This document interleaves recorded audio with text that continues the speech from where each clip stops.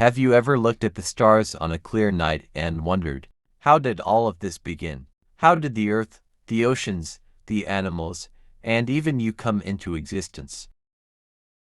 The Bible gives a remarkable answer in its very first verse. It says in Genesis 1:1, "In the beginning God created the heavens and the earth." This simple statement changes everything. Before there was time, before there was space, before there were galaxies, there was God. He was not created. He has always existed. He is the eternal creator of everything. The earth, at that time, was without form and empty. Darkness covered the deep waters, but the Spirit of God was moving over the surface of the waters. Then God began his wonderful work of creation. Day 1. Light. God said, "Let there be light." Immediately, light appeared. God separated the light from the darkness. He called the light day and the darkness night. Notice something amazing. God didn't struggle to create light. He simply spoke. His word carried unlimited power. This teaches us that God does not need tools or machines. His spoken word is enough to create what never existed. Day 2. The sky.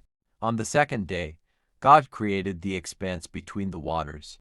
This became the sky, stretching above the earth. Every cloud, every sunrise, every sunset reminds us of God's creative wisdom.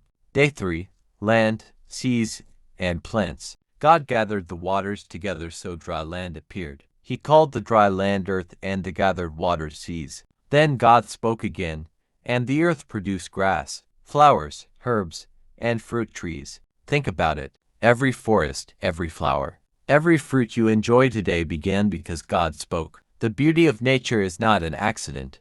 It is evidence of a wise creator. Day 4. The sun, moon, and stars. God created the sun to rule the day and the moon to rule the night. He also made the countless stars. Scientists estimate there are billions upon billions of stars. Yet the Bible simply says, He made the stars also. What seems impossible to humanity is effortless for God. Day 5.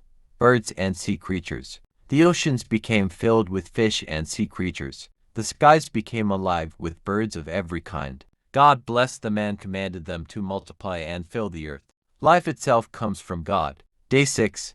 Animals and humanity. God created livestock, wild animals, and creatures that crawl upon the earth. Then something extraordinary happened. God said, "Let us make mankind in our image, according to our likeness." Unlike animals, human beings were created in God's image. This means every person has value, dignity, purpose, and the ability to know and worship God. God formed Adam from the dust of the ground and breathed into him the breath of life. Adam became a living being. Later, God created Eve from Adam's side, establishing the first family. Marriage and family were God's idea from the very beginning.